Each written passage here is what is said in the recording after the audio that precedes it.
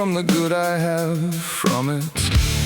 For the suffering is such sweet savor to me, that the joy and the good do not profit me when I have them. So I know I must die, this I know, and I will not leave off, so faithful a lover am I.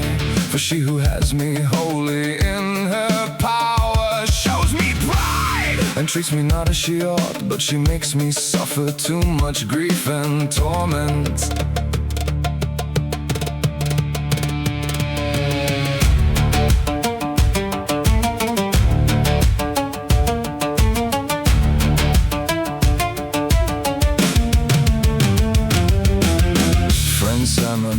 Folly overwhelms the man who calls suffering that which pleases him, and who does not separate the joys from the sorrows. I know not why joys of love should ever come to him.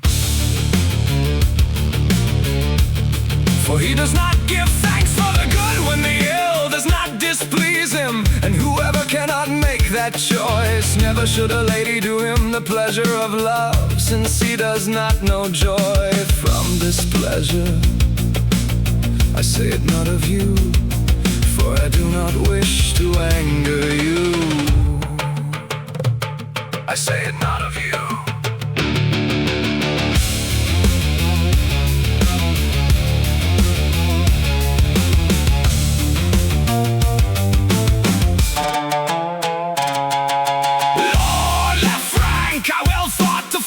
Counsel from you, but nevermore will I seek it. For you are the enemy of all lovers, and never did the gracious affairs of the place please you, from which all good courtly and gay deeds spring. For if you had been taken by love, little or much, you would never have the power to make the choice you have told me. But because you have cast love aside, you are no brother to me.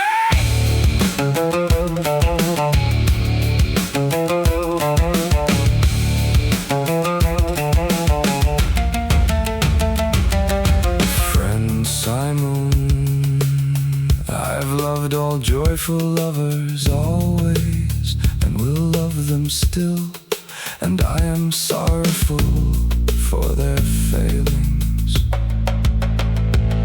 And for this reason I tell you what displeases you, because you are saying what is not fitting to say. So I see you angered in my view, but one thing I would have you know: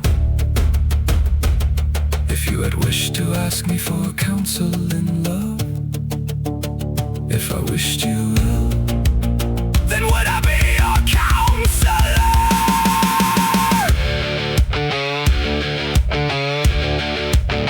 Then I would counsel her.